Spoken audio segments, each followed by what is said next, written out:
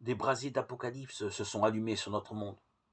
Univers concentrationnaire, enfer scientifiquement organisé à travers lequel se livre à nous le visage de l'homme le plus défiguré, le plus anéanti qui ait jamais été. Monde de la violence révolutionnaire dans laquelle se dévoile la haine intransigeante de l'ennemi, qui passe au-delà des limites naturelles de l'être humain, et en fait une efficace, violente, sélective et froide machine à tuer. Univers de la pure technique, dans lequel la volonté de puissance détruit jusqu'à la possibilité d'une expérience de la vérité de l'être.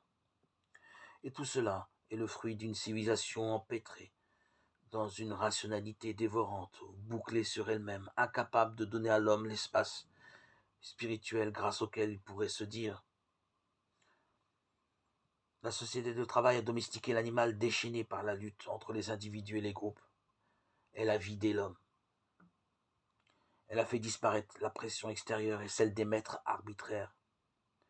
Elle n'a pas libéré l'homme, si toute libération de l'homme est libération pour une vie sensée. Elle a universalisé l'homme par la rationalité.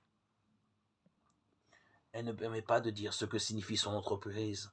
Elle laisse à l'individu le temps de s'amuser. Elle ne fait rien. Elle ne peut rien faire pour qu'il pense, qu'il dise un monde, son monde, soi-même en son monde. Le résultat est l'ennui du progrès infini et insensé, un ennui auquel on n'échappe que par la violence désintéressée.